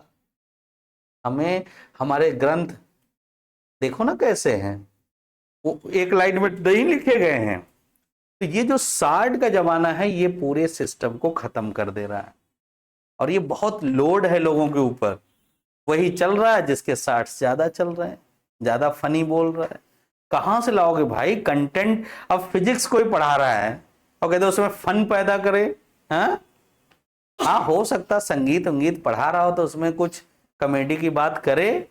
साइकोलॉजी में कहो तुम्हें मजा आए, पॉसिबल है? वो सब्जेक्ट ही एकदम ऐसा है कि उसमें मजा नहीं आ सकता। अगर मजा कोई दिला रहा है तो फिर साइकोलॉजी पढ़ा ही नहीं रहा है, फिर तो लफाजी कर रहा है। तो ये सब जो बातें हैं ये हमारी ऑडियंस को, स्टूडेंट्स को समझना पड़ेगा, नहीं तो ये सब ऐसे खराब टीचर पैदा होते चले जाए। क्वेश्चन है 14 वर्षीय देविका अपने आप में पृथक, स्वनियंत्रित, पृथक मतलब अलग, पृथक स्वनियंत्रित सेल्फ रेगुलेटेड व्यक्ति की भावना को विकसित करने का, पृथक स्वनियंत्रित व्यक्ति की भावना को विकसित करने का प्रयास कर रही है।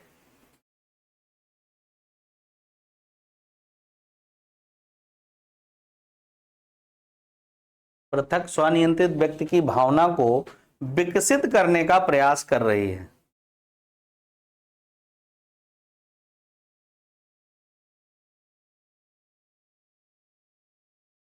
वह विकसित कर रही है, वह विकसित कर रही है। ऑप्शन नंबर 1 नियमों के प्रति घृणा, हेटेड फॉर रूल्स, नियमों के प्रति घृणा। दूसरा ऑप्शन है स्वायत्तता, ऑटोनॉमी, स्वायत्तता या ऑटोनॉमी।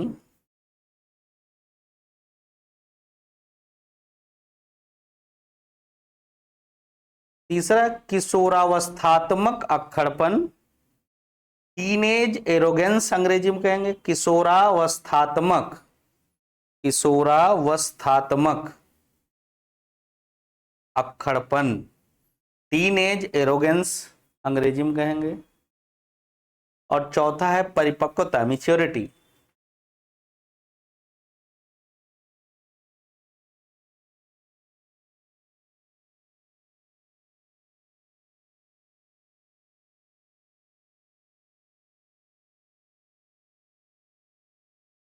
परिपक्वता या मैच्योरिटी।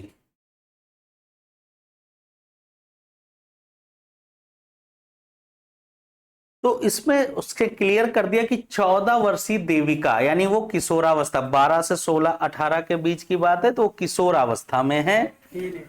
तो नहीं, 14 टीन एज कहां से हो जाएगी, ये नहीं होगा। इसमें राइट ऑप्शन है ऑटोनॉमी, स्वायत्तता। अब किशोर मम्मी कहे हमारे साथ में लेट जाओ, तुम कह रहे हो नहीं, अब बाप पता नहीं कैसे सो जाती है, आवाज आती है, हम अलग ही कमरे में सोएंगे। हमारे साथ चलना बाजार तुम, अब इरिटेट होने लग जाएगा।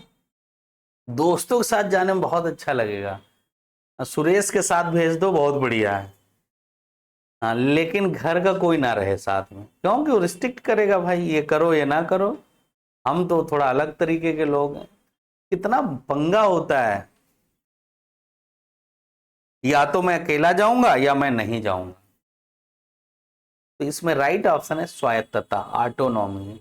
ये रीजन क्या, गार्जियन को लगता है कि बच्चा छोटा है, अब बच्चे को लगता है कि नहीं हम तो बहुत बड़े हो चुके हैं, अब तो बाइक चला लेते हैं। एक बच्चा है अभी, वो कहता है कि मेरा मुंडन हो गया, मैं बड़ा हो गया हूं।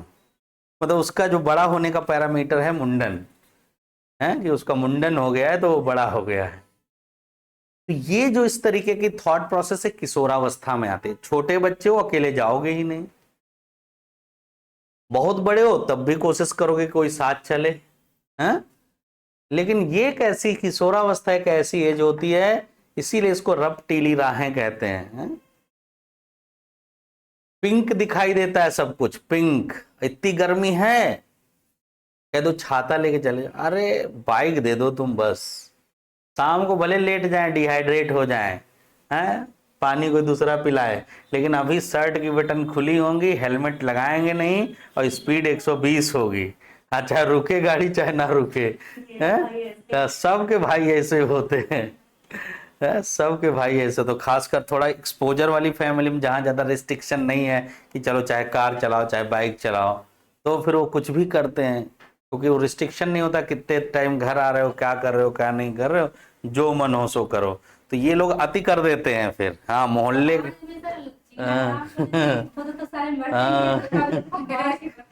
हाँ, वही स्थिति पैदा होती है, बता तो रहे हैं, ऐसी ही स्थिति पैदा। गाड़ी चलाएंगे, गांव में चलाएंगे गाड़ी 100 किलोमीटर में, जबकि रास्ता नहीं है 20 किलोमीटर में चलने वाला, और रोज डांट पड़ेगी कि कहाँ तेज चलाते हैं। हाँ, 40 के ऊपर तो जाती नहीं गाड़ी। अरे यार, इनका 40 का मीटर 80 के बराबर होता है। तो ये जो प्रॉब्लम है ये सब किशोरावस्था में होता है। हाँ, ये सब हम लोग खुद किए हैं, हम कोई ऐसे तो दूध के धुले नहीं, हम लोग भी यही करके। मैं तो बहुत ही शैतान था। हाँ, हमारी पिटाई इसीलिए बहुत लगती थी। मैं एक दिन ट्रैक्टर के आगे साइकिल को दौड़ा दिया। अब भाई ट्रैक्टर मशीन से चलता है, साइकिल पैर से कितना तेज तुम दौड़ा दोगे, है? ट्रैक्टर 4 पहिए चलता, साइकिल 2 पहिए, बैलेंस कहाँ बन पाएगा। अब वो कुछ डिस्टरबेंस हुआ, चाचा मेरे नया ट्रैक्टर आया था, चला रहे थे ऐसे ही, कुछ धान वान की कटाई हो रही थी। अब मैं स्कूल से आया, एक पापा नई, सब टूट गई थी साइकिल, वो बना के लाए बढ़िया, और एक नई साइकिल लेके आए।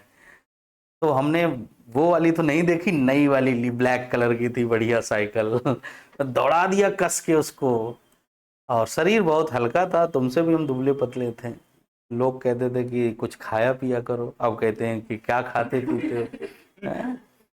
तो ये सब दिक्कत होती है, बहुत टफ होता है। दोनों लाइफ हमने जिए तो हमें लगता है। अब वो ट्रैक्टर जो ही आगे मैंने निकाला, ट्रैक्टर से ओवरटेक किया, तो चाचा को थोड़ा चैलेंज करने के लिए मुस्कुरा तो दूं उनकी तरफ, जो ही ऐसे देखा, अब वो साइकिल डिसबैलेंस हो गई, इतनी स्पीड में थी, अब वो ट्रैक्टर के आगे पलट गई। चाचा को कंसंट्रेट थे तो उन्होंने ब्रेक लगा लिया।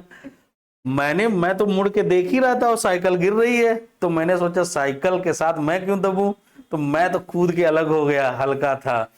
पूरी नई साइकिल चपट गई भैया। मैं तो भाग लिया ऐसे खेत कि अब पकड़े गए तो बहुत मार पड़ेगी, और कहीं छुप गया जाके आ रहा। और घर वाले इस टेंशन में कि भैया ये कहीं चोट वोट लगी हो, कहीं पड़ा हुआ हो, एकदम परेशान हो, इसको दिक्कत होगी, ब्लड व्लड निकल रहा हो, पूरा घर ढूंढ रहा है, कहीं नहीं। एक मेरा दोस्त को मम्मी ने कहीं भेजा कि, तो वो दोस्त कह रहा है तुम्हारे घर में तो सब नॉर्मल है, आराम से जा सकते हो, कोई दिक्कत नहीं। मैंने पूछा कुछ हमारे घर में तो गड़बड़ नहीं दिख रहा कुछ, तो कह रहा नहीं जा सकते हो आराम करो, चलो हमारे साथ चलो, लिवा गए।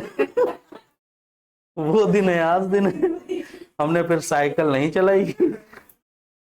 तो ये होता है। तो किशोर अवस्था में हर आदमी शैतान होता है, लेकिन हाँ गाइडेंस प्रॉपर मिलना चाहिए बच्चों, ये हमें, क्योंकि शिक्षकों को भी इस बात का, क्योंकि आप बहुत सारे एक्सपीरियंस आपको पता नहीं होते हैं, तो ये सब होता है। लिखवाएंगे अभी यहाँ की बात, ये इसमें कई सारे सवाल आते हैं। जैसे एक क्वेश्चन आता है कि तेज शारीरिक विकास कब होता है, तेज बुद्धि का विकास कब होता है, मूर्त तार्किक चिंतन कब होता है, खेल की अवस्था किसे कहते हैं।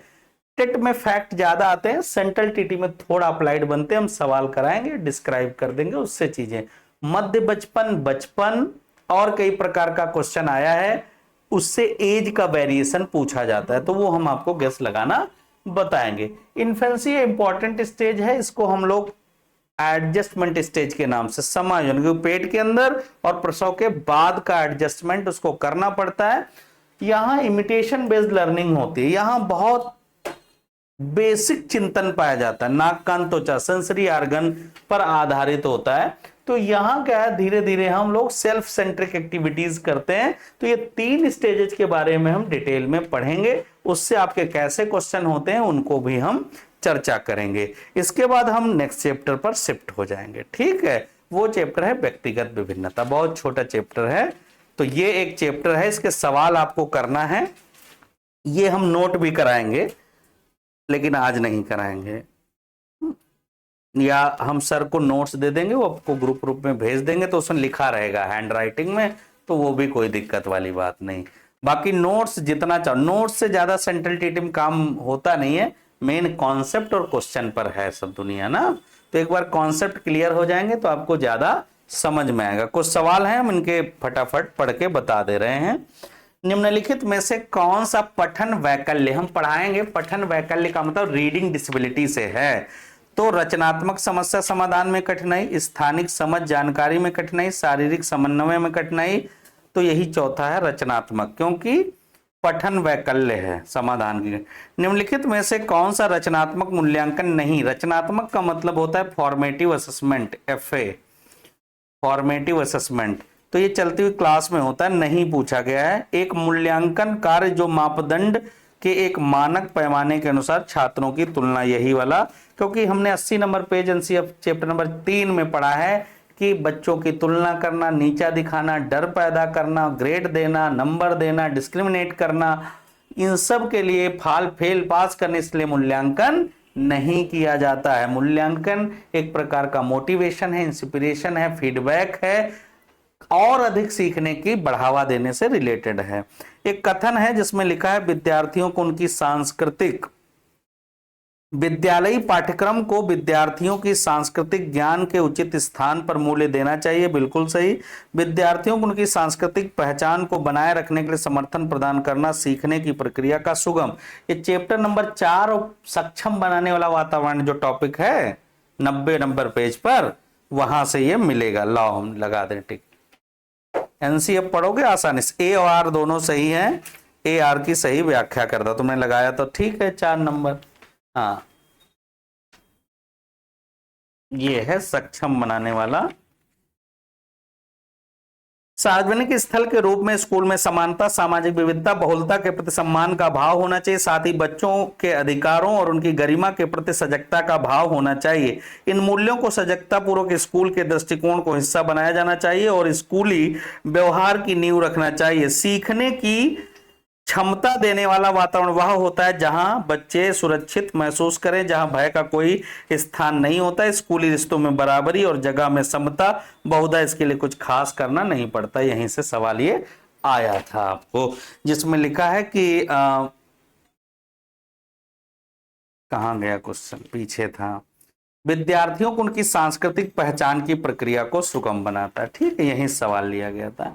निम्नलिखित में से किस प्रकार के प्रश्न एक छात्र की जानकारी को गंभीर रूप से मूल्यांकन करने, तो खुले अंत वाले प्रश्न या अपसारी प्रश्न या ओपन, वे प्रश्न जो छात्र की व्यक्तिगत राय पूछते हो, बिल्कुल सही बात, क्योंकि ओपन एंडेड है।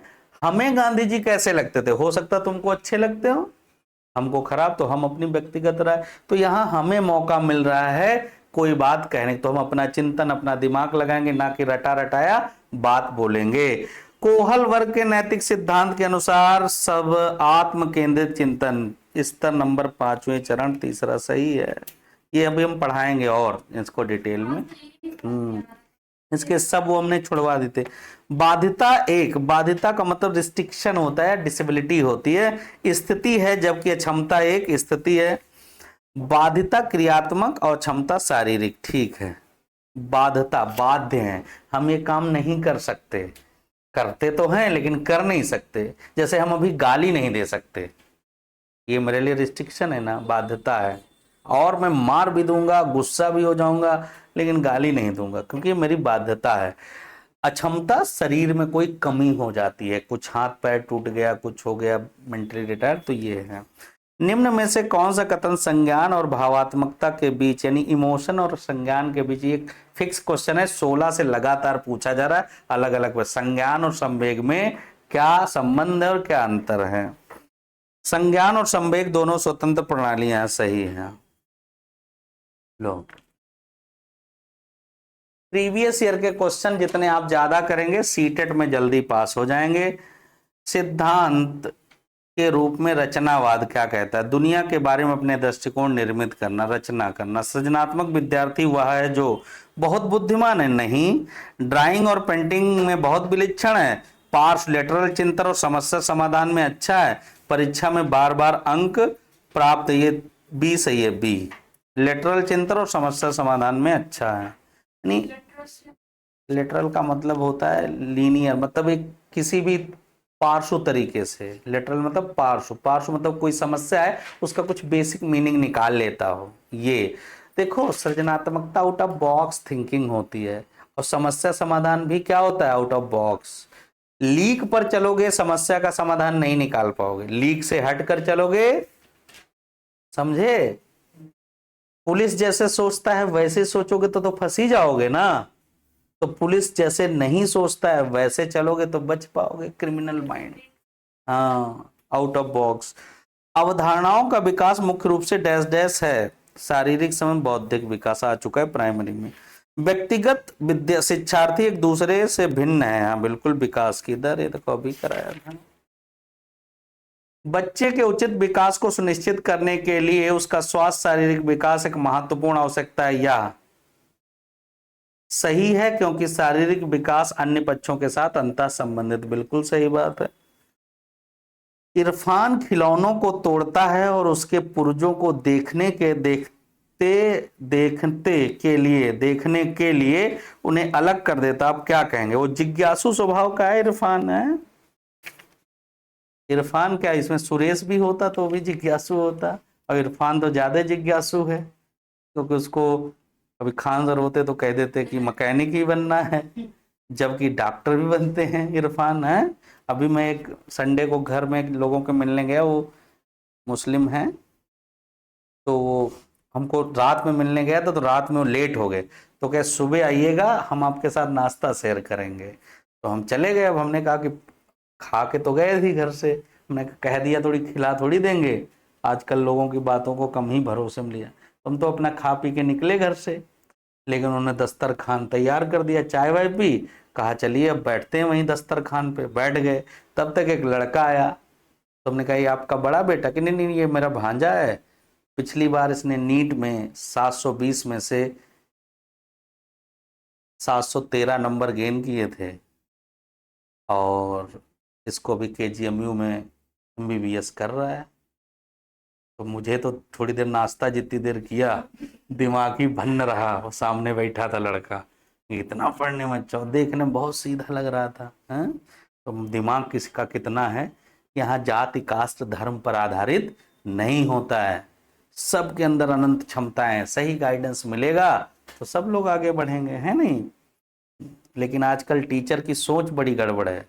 वो एग्जाम्पल देगा कि सुरेश एरोप्लेन उड़ाया तो उड़ाया, और इरफान उड़ाया तो उड़ा दिया, मतलब इस तरीके का एग्जाम्पल अगर टीचर देगा क्लास के अंदर, जिसको बहुत सारे स्टूडेंट फॉलो करते हैं, आपके चैप्टर नंबर 4 में लिखा है, वहीं सक्षम बनाने वाले वातावरण में बच्चों के साथ विद्यालय में जो कुछ भी होता है वो कभी भूल, आपने देखा होगा कुछ टीचर, कोई बच्चा पानी ला के ले दे रहा है तो पी ले रहे हैं, और कोई ला के दे रहा है मना करे कि तुम लेके आओ तब पियेंगे। कोई टीचर बच्चा पैर छू रहा तो कह रहा है हाँ हाँ खूब सक्सेस हो DM बन जाओ, और कोई पैर छूने कहता अरे रे हटो हटो, पैर मत छूना। तो वो बच्चा भले उस समय कुछ ना कहे, लेकिन उसे पता तो चलता है। APJ Abdul Kalam wings of fire में लिखते हैं कि जो शिक्षक मुझे बेहद प्रेम करते थे और मेरी सक्सेस से बहुत खुश होते थे, पता नहीं क्यों वो मेरे ब्राह्मण दोस्त से कहते थे तुम कलाम के साथ मत बैठा करो। तो गुरु जी ऐसे भी होते हैं, क्या ही करो। और स्कूलों में तो बन जाएगा, दूसरा भी बन जाएगा तो क्या होगा हमारे देश का, ये लॉजिक नहीं है। आगे है बच्चे विकास के सिद्धांतों को समझना। शिक्षक बच्चे के विकास के सिद्धांतों को, ये तो अभी कराया था ना, बच्चे के विकास के सिद्धांतों को समझना शिक्षक की सहायता करता, उसी से संबंधित है। विद्यार्थियों की भिन्न भिन्न अधिगम शैलियां प्रभावी रूप से संबंधित करने में, बिल्कुल सही। लर्निंग स्टाइल कैसा है ये जानने, एकदम बढ़िया। लो तो आज इतने रखा जाए, सब सही है। कुछ पूछना बच्चा किसी को? ठीक है, जो लोग आज फर्स्ट डे आए हैं वो धीरे धीरे पढ़ें, एक आध दिन में सब चीजें रेडी हो जाएंगी, ठीक है। कुछ कठिन नहीं है। सेंट्रल TT में तुम भले फेल हो जाओ, लेकिन सबसे ज्यादा नंबर CDP में ही आएंगे, ये मान लो। बाकी और सब्जेक्ट संभालो तुम, CDP की चिंता हम पर छोड़ दो। लो ये पेन। थर्ड वाला ही है ना, तीसरे हाँ थर्ड से पांचवे हाँ हाँ, ये रखो अपना।